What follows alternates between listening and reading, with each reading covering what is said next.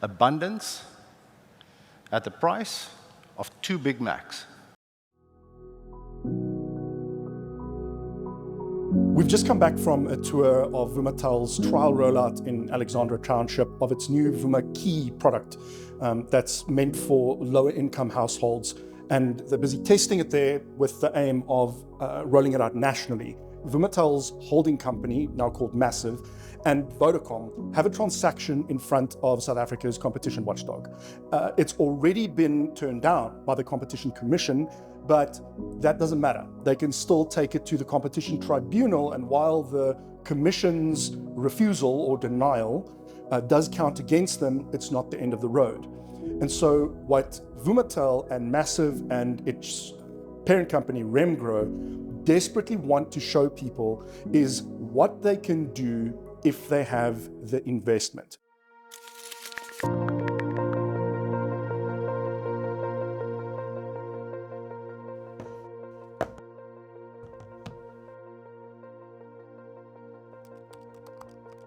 The story begins in 2017 when Vumatel founder and CEO Niel Schoeman announces a potentially game-changing plan to launch 100 megabits per second uncapped fibre to underserviced areas for 89 Rand per month. So if we really want to solve this, the only way we can do this is by providing affordable and accessible and abundant internet to all the members of our society. And we're going to provide uncapped, unlimited internet at 89 Rands a month. Abundance at the price of 2 Big Macs. Unfortunately, he doesn't stick around to see his vision realized. Schoeman's dream collides with reality, and Vumatel runs into problems trying to get a trial up and running in Alex.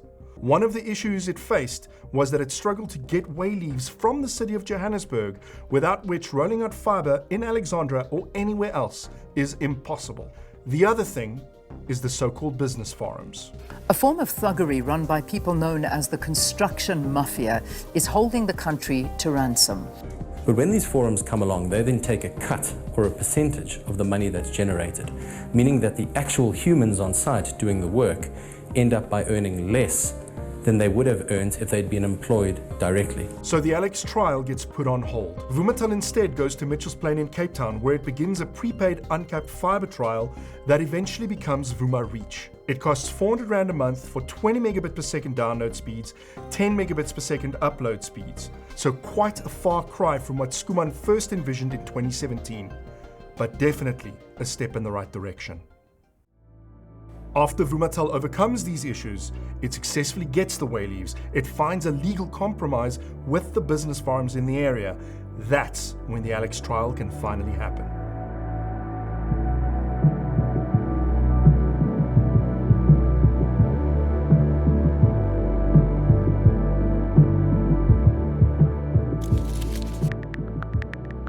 I think it's critical that we get this right. Like I said earlier today I think you can look at a digital divide in South Africa, and I think bigger than that, and obviously we have to close that gap, but I think bigger than that is actually closing the digital divide with the rest of the world. But the thing what we stand for is uncapped quality. And those are the two things. If we can't do that, we won't do this. So you've seen the points of presence today where we bring in the DFA fibre, and then from there we split it. We're using aerial fibre. We take the aerial fibre to a pole that's surrounded by a few dwellings, and then from that pole you can drop down 32 times, and each of those 32 times you can split again 8 times. With the basics of how the service works out the way, does the quality of the offering live up to what Vumatel makes it out to be?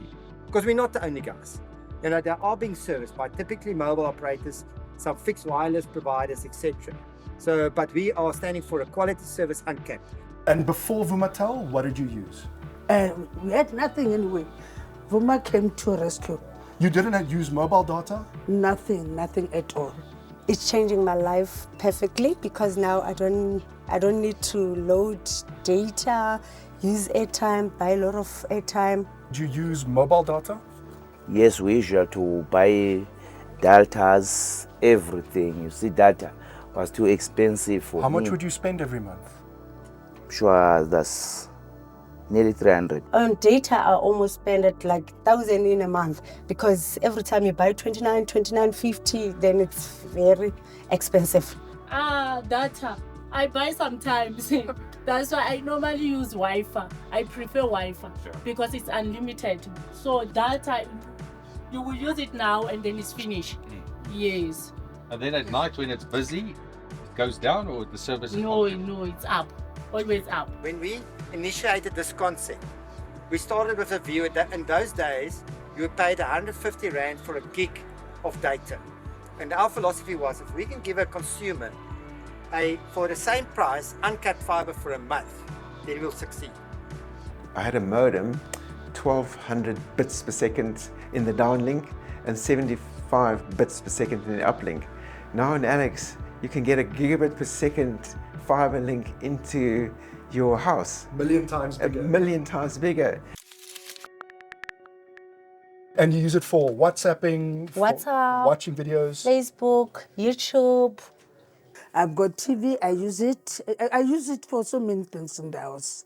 Watch everything to the phone, TikTok. Now I can do everything, my online learning, Googling, board. Wherever you are, you can see everything. Yes. Even something happened in Zimbabwe, we saw everything. Showmax is there, Netflix, everything is there. Yes. Yeah, so it just made us things to be easy for us. You're part of the world.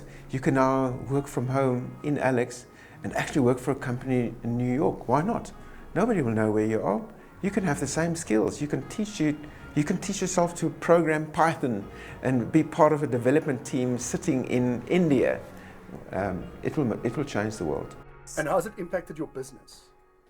Very good. Because I've got the other tenants who are working at home. So they use the internet home.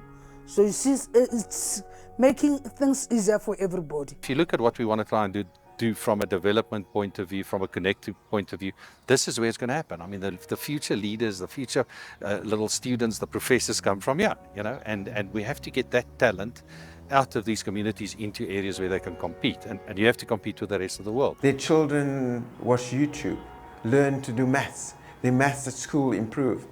After second term, she was doing well. And even now, we're expecting more results. Because now it's more like she's managed to get 60-something% and 70-something. Oh, that's And great. then for the third time, I believe that she will make it higher. Oh, that's excellent news. And it's the use of this thing. Yes. And with your kids in school, how has having the internet changed things for them? Oh, for the best. And what do you use it for?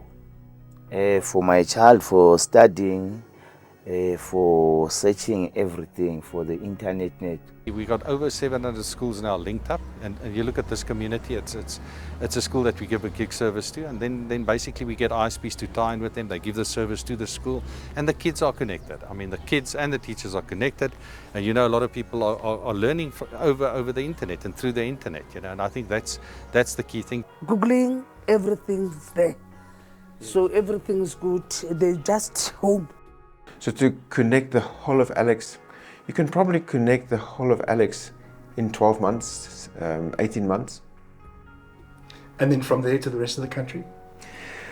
For that we need, if we just let it carry on the way it's now, it'll probably take 8 years to really take it to everywhere in the country, because Cape Town's got Khayelitsha, Pretoria, all of those areas have got bottom of the pyramid areas that's never been serviced and never had broadband internet. But that you need investment. That's also why we're currently in discussions with the Competition Commission to agree that Vodacom can invest. There's a lot of concern over the potential competitive problems that could happen if we have too much consolidation in South Africa's telecommunications space.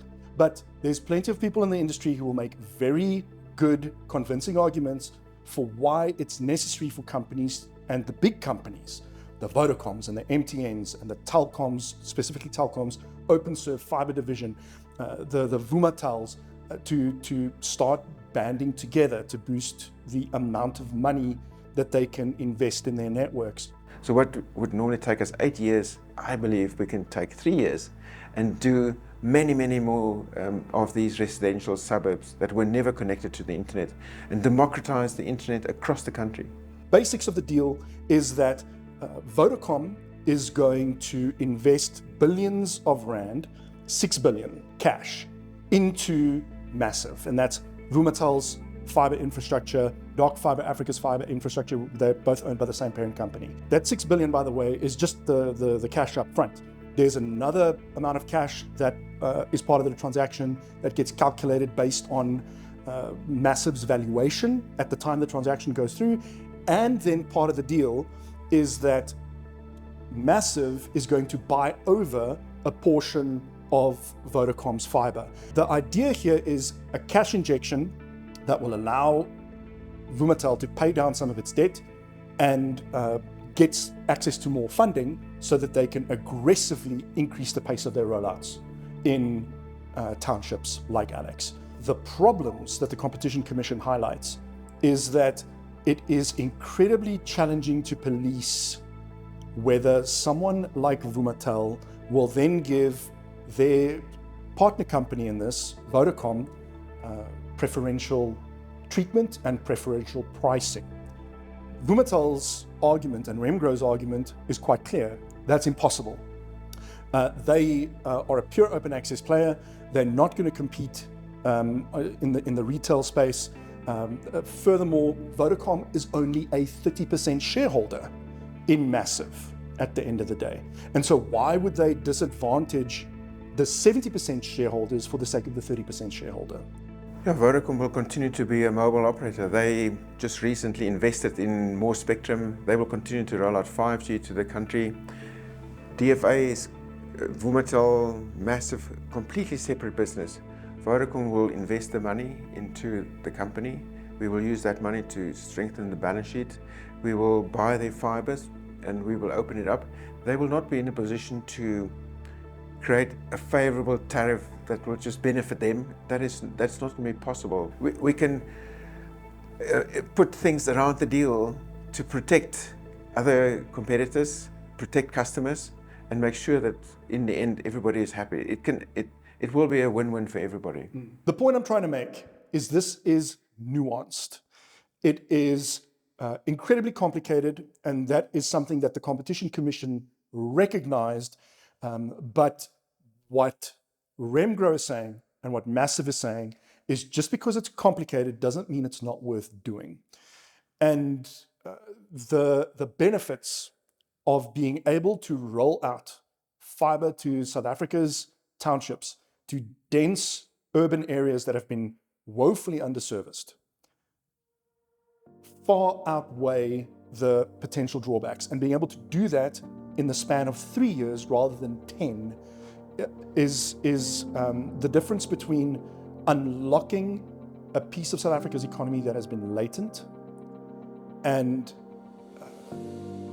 missing out on a massive opportunity.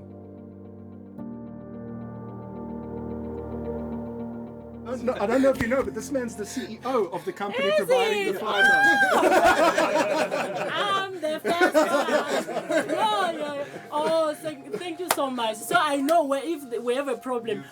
Yes, you must give your number. You must give. I will call you. I will definitely call you. But for now, I don't want to lie. No problem. Is there one more thing you would like to say to the world while we've got you here? Yes, of course. It's all yours. Vuma.